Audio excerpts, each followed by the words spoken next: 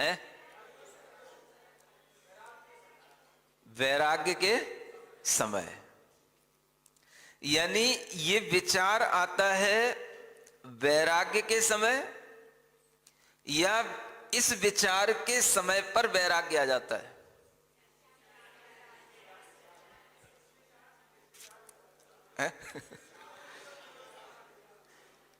ये विचार का जो समय आए, इस विचार का जैसे ही उनके लिए योग्यता बने, ये विचार जैसे ही बने उन्हें वैराग्य आ जाता है। आप कहते हैं कि वैराग्य का समय आने पर यह विचार आता है, लेकिन ये विचार जिस दिन कर लेंगे वो उसी दिन वैराग्य आ जाता है। यानी यह विचार करना ही बुझ बोध को प्राप्त होना है, यह विचार करना ही अपने आत्मा को उपलब्ध होना है। इसलिए ऐसे आत्माओं के लिए एक टाइटल लगा जाता है, आत्मवान। क्या कहते हैं इनको? आत्मवान। ये आत्मवान क्यों हो गए? पहले भी तो आत्मा ही थे, लेकिन ये आत्मवान नहीं थे। अब आत्मा है तो आत्मवान क्या होगा? धन है तो धनवान क्या होगा? धन है तो धनवान कब होगा? जब वह धन से अपने आप को जोड़ेगा। ये धन मेरा है, इस भाव के साथ में वो अपने आप को जब उस धन से जोड़ लेगा तो वो कहलाएगा धनवान। ऐसे ही मैं आत्मा हूं, जब वो अपने आप को इस आत्मा के भाव से जोड़ लेगा, मैं तो आत्मा हूं, तो वो कहलाएगा आत्मवान। और जब ये भाव नहीं आता कि मैं आत्मा हूं,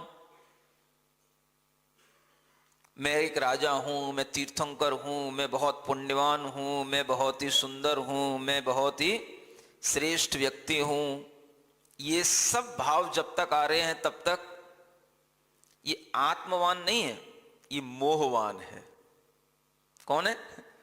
हाँ, तो मोहवान और आत्मवान ये दोनों चीजें साथ नहीं चलती, ये एक दूसरे के विपरीत हैं। संसार में हर प्राणी इन दोनों चीजों को साथ में लेकर के चलने की कोशिश करता है।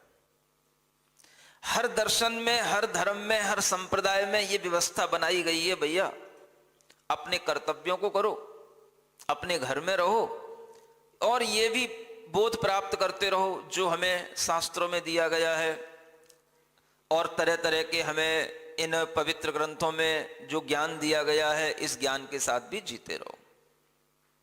तो आदमी अपने अंदर वह ज्ञान भी प्राप्त करता रहता है और उसके साथ में, उस मोह के साथ में जीता भी रहता है, और दोनों तरह से चल करके वह अपना जीवन निकाल लेता है। भगवान की कृपा से हमारा जीवन बहुत अच्छा चल रहा है, ज्ञान भी मिल रहा है, सत्संगति भी मिल रही है, अच्छे काम भी बन रहे हैं, अपना घर परिवार भी अच्छा चल रहा है, एवरीथिंग इज वेल मैनेज्ड। तो ऐसे आदमी के लिए बड़ा सुकून रहता है जिंदगी जीने का, और उसे अच्छा लगता है। अब जैसे ही जैन धर्म सामने आता है, ये जैन धर्म हर चीज को काटता चला जाता है, हर चीज की परतें उधेड़ते चला जाता है, हर चीज की डेप्थ में घुसता चला जाता है। ये जैन धर्म हर आदमी के अंदर के भावों को ऐसे काटता तोड़ता चला जाता है कि उसके अंदर उसे हिला देता है बिल्कुल। ये कौन सा धर्म? ये जैन धर्म ही है बस। बाकी सब धर्म में मजे करो, अच्छे से रहो, अच्छा घर बना लो, अच्छी जिंदगी जियो, अच्छा पैसा कमाओ, बस ठीक है।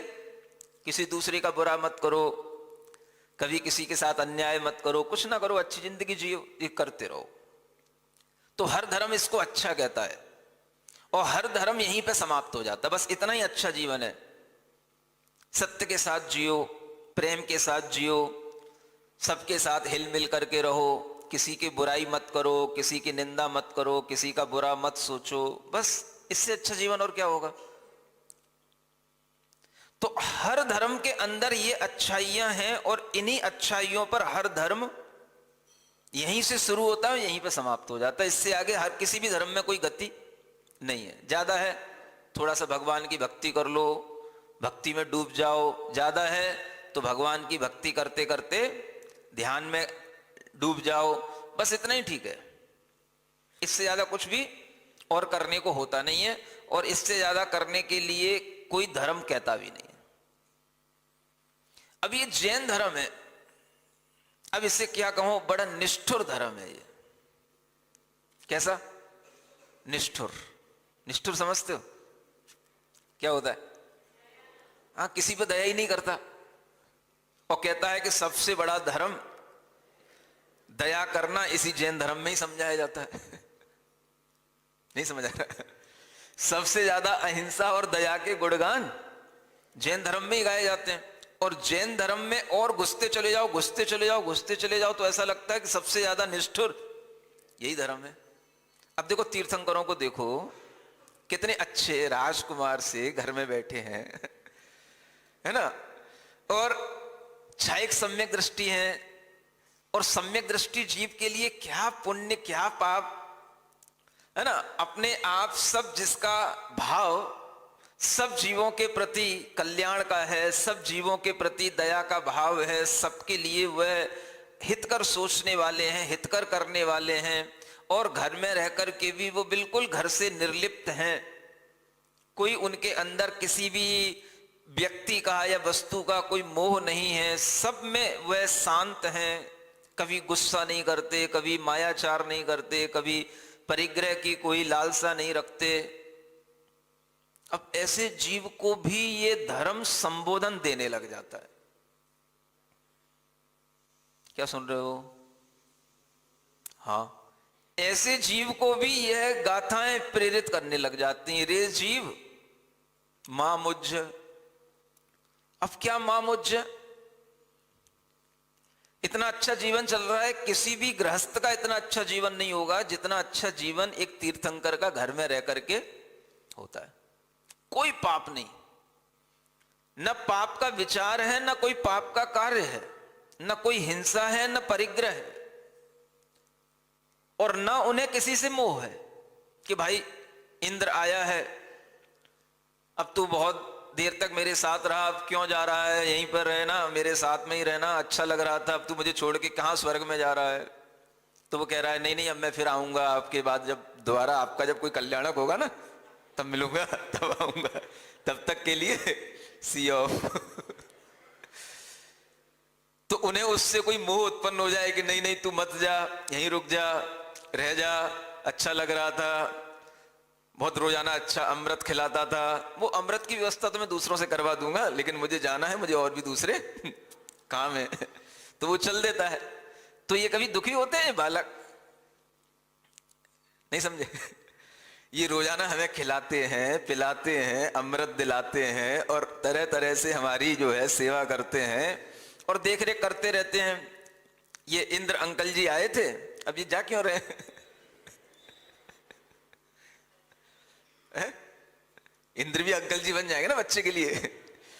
अब अंकल जी कहाँ जा रहे हो? नहीं बेटा, अब मुझे अपने स्वर्ग में भी जाना है, कहीं तेरे जैसे और बच्चे पैदा हो गए हो तो उनको भी तो देखना है,